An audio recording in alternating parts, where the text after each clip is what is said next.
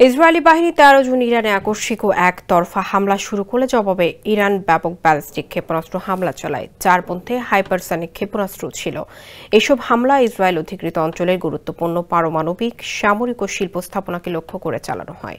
অন্যদিকে ইরানের গুরুত্বপূর্ণ সামরিক স্থাপনা সহ রাজধানী তেহরানের কুখ্যাত এভেন কারাগারেও হামলা চালায় ইসরায়েল।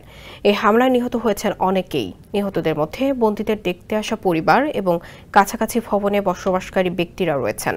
ইরানের বিচার বিভাগের একজন মুখপাত্র এ তথ্য স্বীকার করেন। ১২ দিনের সংঘাত চলাকালে গত সপ্তাহে ওই হামলা হয়। দ্য টাইমস অব ইসরায়েল থেকে এ তথ্য জানা গেছে। সংবাদ মাধ্যম মিজানে প্রকাশিত মন্তব্যে বিচার বিভাগের এক কর্মকর্তা জানান, এভিন কারাগারে হামলায় ৭১ জন নিহত হন, যাদের মধ্যে প্রশাসনিক কর্মী, সামরিক বাহিনীতে কর্মরত যুবক, বন্দী, কারাগারে আসা বন্দীদের পরিবারের সদস্য এবং কারাগারের আশপাশে বসবাসকারী প্রতিবেশীরাও ছিলেন। ওই সময় প্রকাশিত একটি ছবিতে দেখা যায় হামলার ফলে স্থাপনার উল্লেখযোগ্য ক্ষতি হয়েছে। জানালা ভেঙে গেছে এবং একটি আঙিনায় ধ্বংসস্তূপে ছড়িয়ে রয়েছে।